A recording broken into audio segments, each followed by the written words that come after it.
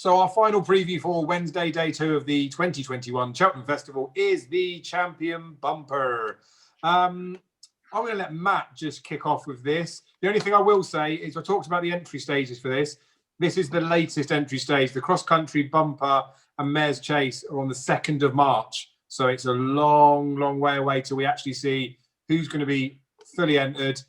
We get a murky picture within the Champion Bumper. Sometimes there's like certain trainers will have multiple horses fancied, which we'll clearly talk about in a moment. But go on, Matt, take it away, take your gloat away. You know I love Sir Gerhard, absolutely love him. Smashed the Bangor Doyle by 14 lengths first time, didn't he?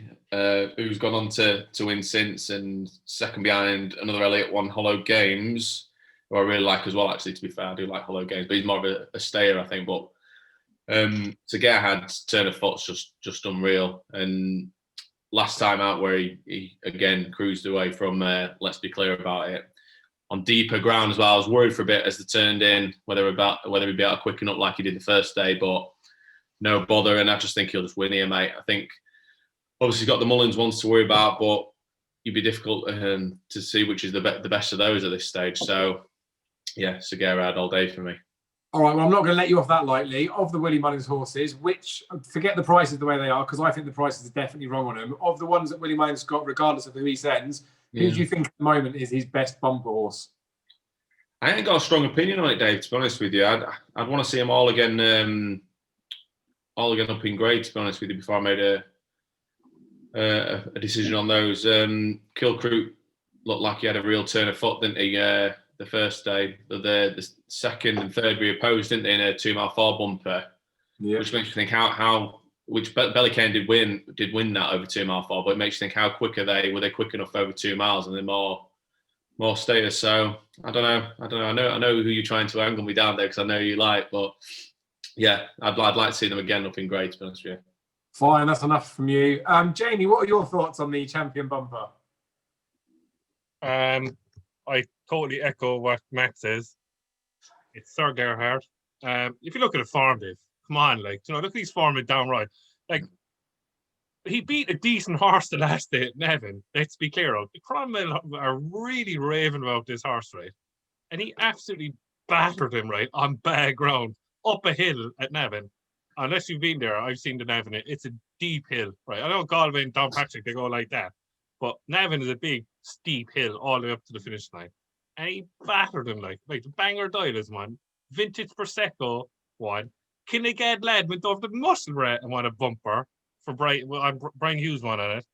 So, to be honest with you, if you wanted something against it, Willie Mullins has 3 of them, obviously. He's Kilcruit, he has Brandy Love, and he has your horse, Dave. I know what you're going to say. You're going to go on Ramadies, aren't you? Yeah. Because when Ramadies rocks up in the grade 2 bumper, which you probably will, you're going to say, I have 20-something to mine, he'll win the bumper. He still won't beat Sir Gerhard. So Sir Gerhard, for me, I'm on a 14 to 1. I'm sure Matt's on at a better price than me. So I'm happy. I think he'll win, and he looks a beast. So I think he'll win. Yeah, I mean, he does look a beast, doesn't he? Darryl, have you watched much of the bumpers this year?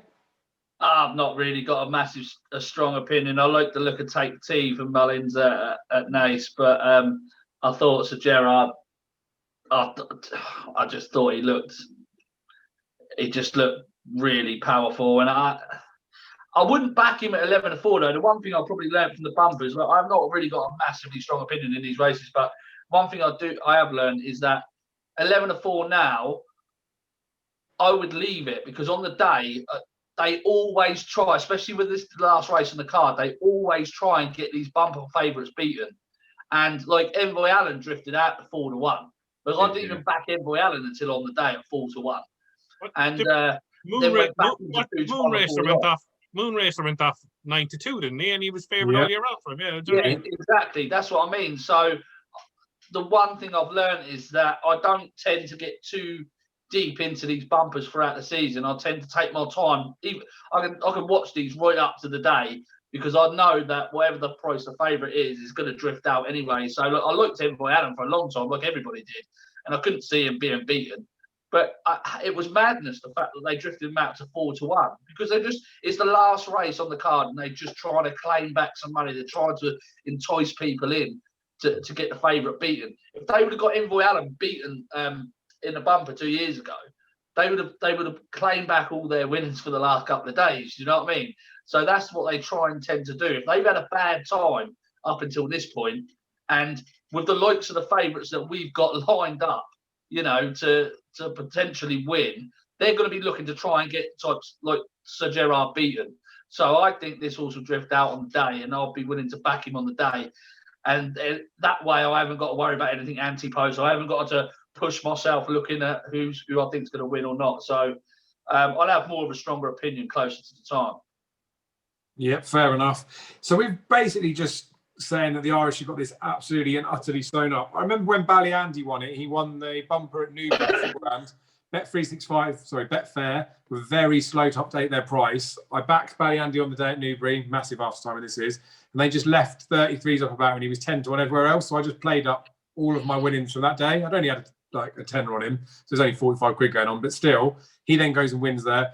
I'm struggling to think of any horses that I'll be excited about going to Newbury, so yeah, maybe we'll stick to the Irish.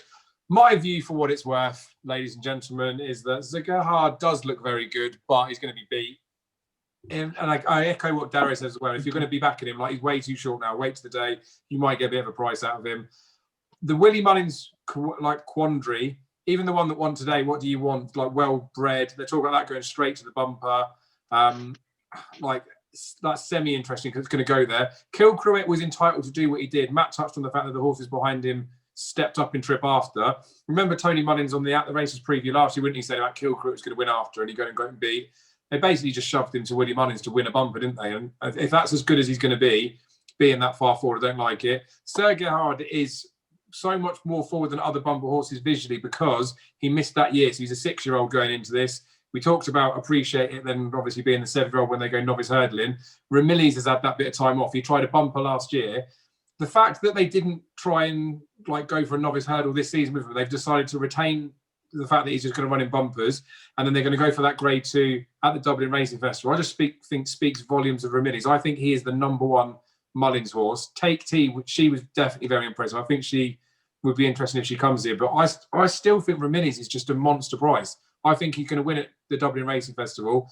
He'll go up probably 5 or 6 to 1 poke, and then maybe once he's done that, and then the market, like Darryl says, the bookies want to take the favs on, then you could probably cover yourself with Sir Gerhard if you're not already on. But I'm quite excited about the bumper this year. I reckon there's probably quite a few nice types in there, but I suppose we say that every year, don't we? And then they disappoint after.